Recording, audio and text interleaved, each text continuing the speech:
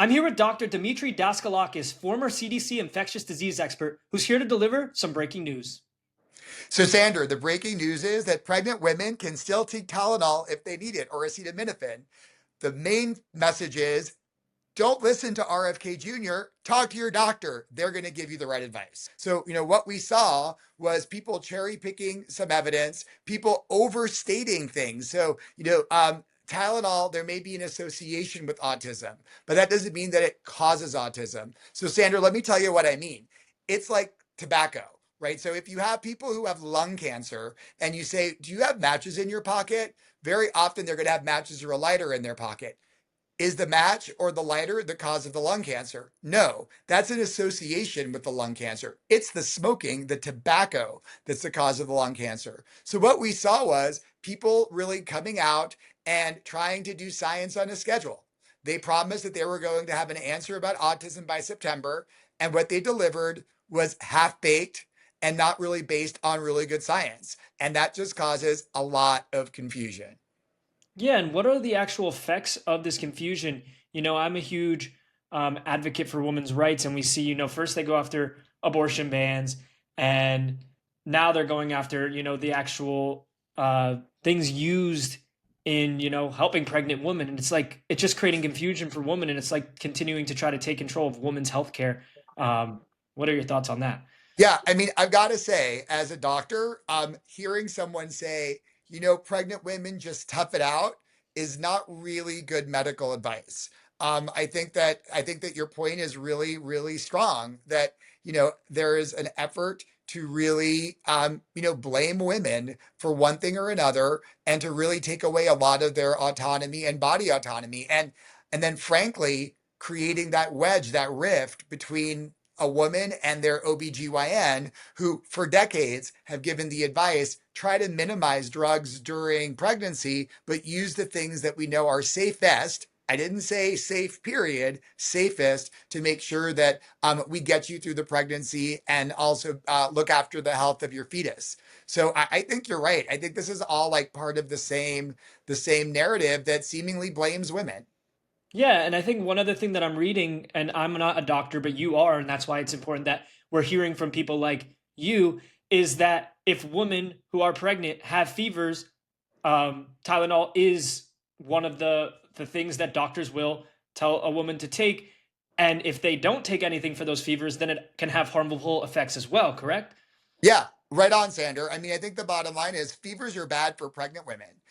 And so, there is, you have to do what you have to do to make sure that you get a pregnant woman through a high fever. And though the ideal is don't do anything because that avoids exposures, the bottom line is that for decades we've known that acetaminophen or Tylenol is a safer alternative than the fever.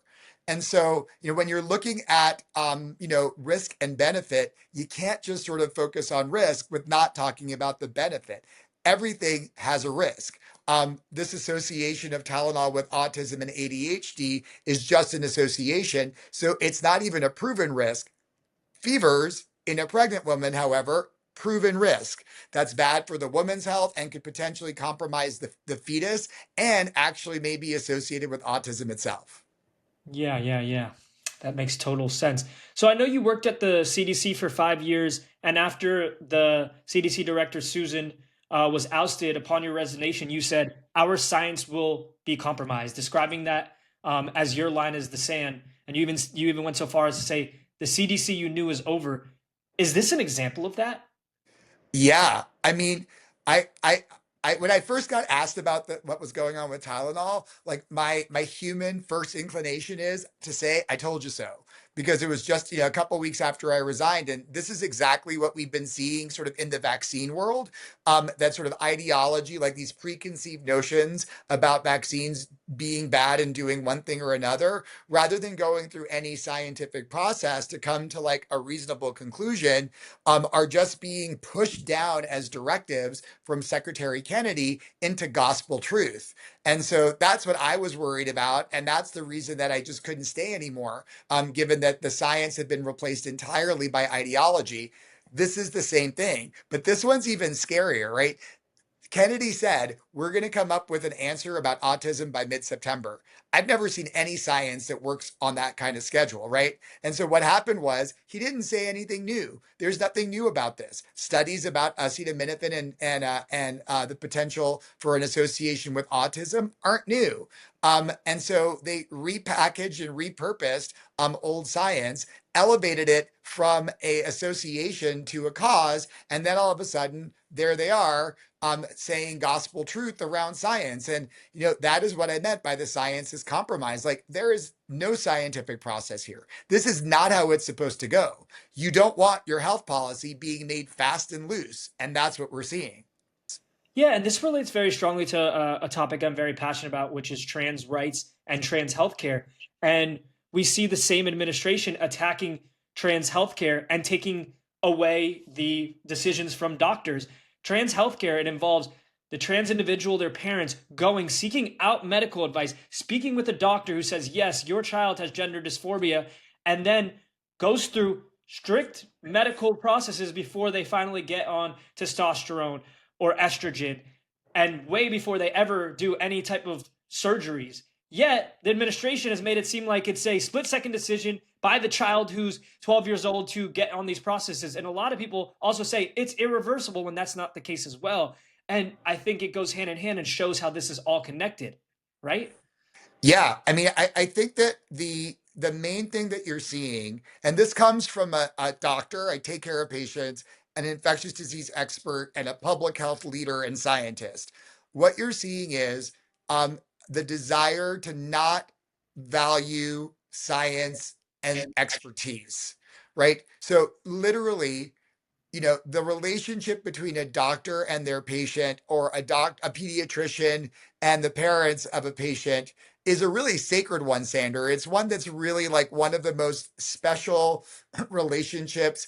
It's not like your normal kind of service industry, right? It's something different. There's like something very intimate and very important where like you trust the scientist who is like pulled out of the sort of science stratosphere and pulled down into the clinic taking care of a person to make sure that they can get their optimal health. That's really important. These people are very much on purpose trying to destabilize our trust in our healthcare workers.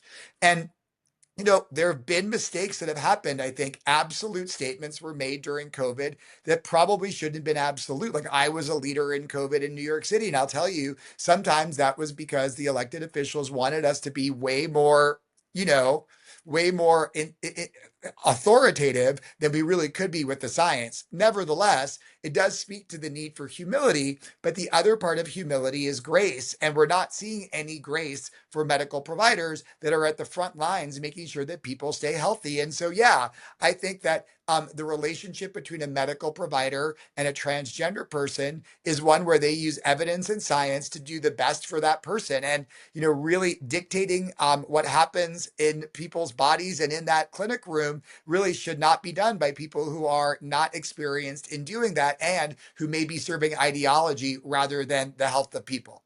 Yeah, 100%. So decisions should be made between a patient and a doctor, not because a government official says this is the right way or this is the wrong way. And it should definitely not be put into law to make it impossible for a lot of people to receive the care that they need. So it's all connected, where the discussion of Tylenol also relates to the discussion of vaccines. And RFK Jr. has been saying for years not to trust vaccines. What's the problem with that? Yeah, I mean, there's a lot of problems. So, I mean, I think that the acetaminophen autism announcement like shocked everyone. But what shocked me was all of a sudden they started talking about vaccines out of the blue with no data and no information, right? All of a sudden they're like, kids are getting too many vaccines, and they based it on nothing. And so I think what's wrong with that is that, vaccines are really, they're not perfect, but they are one of the miracles of modern public health and medicine. They have prevented millions of deaths. They have prevented trillions of dollars of expenditures in the U.S. They really, let us go to school and work every day without the fear of acquiring vaccine preventable diseases. Kids can go to school and don't have to worry about getting polio and ending and being paralyzed for life.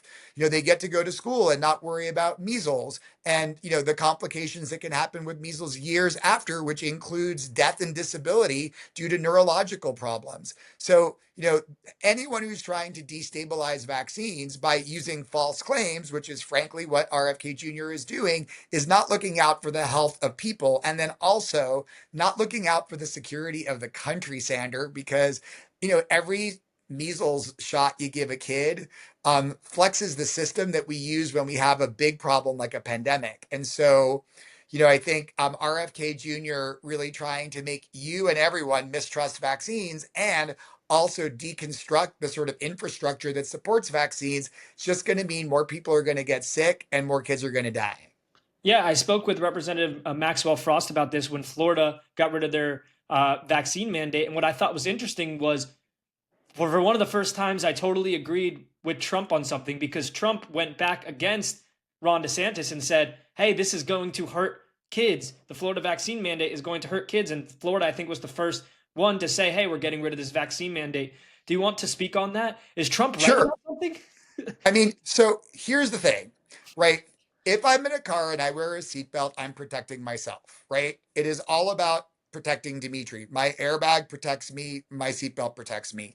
When I get a vaccine, I'm doing something completely different. I am protecting myself, but I'm also protecting the vulnerable people around me who either can't respond well to a vaccine or can't get the vaccine, right? So this Florida problem, I can't speak for their motivation, but I can tell you what the outcome is. That vulnerable people who can't get vaccine are going to end up getting vaccine preventable diseases. They're going to have terrible complications, and some of them will die. And so I think that that is the bottom line. That that vaccines work. They're not perfect. Everything has side effects, but the risk benefit ratio, like that final calculation that people have to make, the risk is much lower than the benefit. And the benefit that I get is also transmitted to the world around me. So quite the opposite. Like the vaccine isn't infectious, but the protection is, right? So if I am protected, then people around me are protected. Like I ran measles outbreaks in the response to measles outbreaks in New York and in Texas for CDC. And Sander, the bottom line is that if a measles case lands in a community that it has a lot of folks who are vaccinated, it's over. It comes in and it's done. If it lands in a community that isn't vaccinated, that's how we get raging outbreaks. And that's why 2 kids died in Texas. So, if we do anything to make the vaccine rate go even lower, which by the way, it's already going down, what's going to happen is an experiment that we don't want to see the result of, which is going to be kids getting bad infections and not doing well. Yeah, and didn't we just replace a lot of like the scientific advisory panels at the CDC with a bunch of vaccine skeptics? Yeah, I mean, RFK Jr. fired 17 very well-known, very well-balanced scientists in July by tweeting it out, which is, by the way, how he tended to give us announcements about our CDC policy as well. But tweeted it out and then put something in the Wall Street Journal, fired 17, and then brought a bunch of people who are, in effect, ideology clones with him. There are some folks in there who are great. I need to say that. There are a couple of really great pediatricians, one really good psychiatrist who are really like holding the fort. Oh, and a good pharmacist that they brought on. But net, they really filled that advisory committee with people who like conspiracy and have no interest in scientific process. 100%. Speaking on RFK Jr., a big thing that they share is the MAHA movement, Make America Healthy Again, which is just a statement, but to a lot of people means so much more. Yeah, we're talking about vaccines. We're talking about this Tylenol amounts of it. We're looking at the factory farming industry and the food that we eat every single day. Are we actually making America healthy again? I mean, so Sandra, I think that it's really about like what are the wins that they're actually achieving, right? So is it a win from the perspective of America's health to remove a food dye that has had studies done for ages that have showed that it doesn't do anything? I totally get it. Like sort of being more natural, having less than more is a great idea, but also like their science and the reality of like are the things that we're actually seeing them saying they're achieving doing what they're saying they're going to do. So less red food dye in my Fruit Loops, right? I think they just announced like no artificial food dyes in some brands of potato chips. Great. Now they just cut a lot of funding for school lunches, right? To be able to give kids healthy, nutritious food. So maybe my Fruit Loops will be a little gray, or will be less red, but it doesn't seem to address diabetes in kids. It doesn't seem to address what the real problems are, which are equity issues that don't let people reach nutritional food, and they're cutting the programs that are actually allowing them to do so. So, it's another look over there. Like, we got rid of red food dye. Congratulations. In the meantime, kids aren't getting screened for mental health in their schools anymore because normal families don't have this problem. What is actually going on? Like, there's a distraction from like what really needs to happen, which means resources and focus on equity, and instead being replaced with these frankly hollow wins that don't actually do anything for health. And quite certainly, destabilizing vaccines is not going to make America healthy again. It's going to do quite the opposite. And generating an entire movement based on soundbite medicine that doesn't actually have like strong scientific backing is going to be something that especially our most vulnerable populations are not going to do well with. So the Maha movement is a slogan and soundbite medicine, but realistically, we're not actually doing that much to make America healthy again. And one last thing that I learned about recently was I went to Farm Aid 40 and I learned a lot about factory farming and the food that we eat. And I'm a body positivity influencer, so I talk a lot about, loving your body, but also, working to be healthy and happy. But how can we be healthy and happy? How can we be healthier when we're cutting school lunches, but also when we're subsidizing large factory farms that are giving us the highest likelihood of disease outbreaks and problems with what we eat versus focusing on supporting smaller local farms and making food prices go down, food prices for nutritional food go down. Do you have any thoughts on that? Yeah, I mean, I think that this is the problem. The big things, the big ticket items that we could fix that could potentially change the story on American health are just festering or getting worse, while instead we're focusing on these like shallow wins that don't actually mean anything or frankly do anything for the health of people. So yeah, I mean, I think that that's right. I mean, I led the avian influenza response in COVID at CDC, and in that response, it was clear the bigger the farm, the better that virus could tear through all those chickens. And Secretary Kennedy seems to think that you can't get the virus through any of the food products, but that's different than the over 60 farm workers who were exposed to dairy cow milk who came down with bird flu. So bottom line is that really focusing on the real problems, which are the things that can improve our health, as opposed to these other things, which are all nice and good, seem to make common sense, but don't actually have any scientific justification, and also don't achieve like what the end goal is that they're billed to achieve. That's our problem. Like, again, potato chips not having color is fine, but if all you can eat is high sodium, high fat potato chips because you don't have money, that's not going to make your diabetes better that they don't have color, Yep, right? 100%. 100%. Okay, well, any last final thoughts, any last final statements that you want to share just related to the Maha movement, Tylenol, people's health in general? Yeah, I think I'm going to go back to something I said before, which is, anybody in the world who is trying to tell you don't trust your doctor, you shouldn't trust them. That is so important. Like, remember, RFK Jr. went in front of Congress and said you should not be taking health advice from him.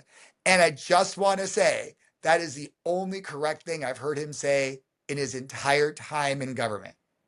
Awesome. Well, thank you, Dr. Demetre. This was very informative, and I appreciate you for taking the time to kind of inform us about what's happening in health and related to vaccines, Tylenol, factory farms, and so much more. So thank you so much for your time.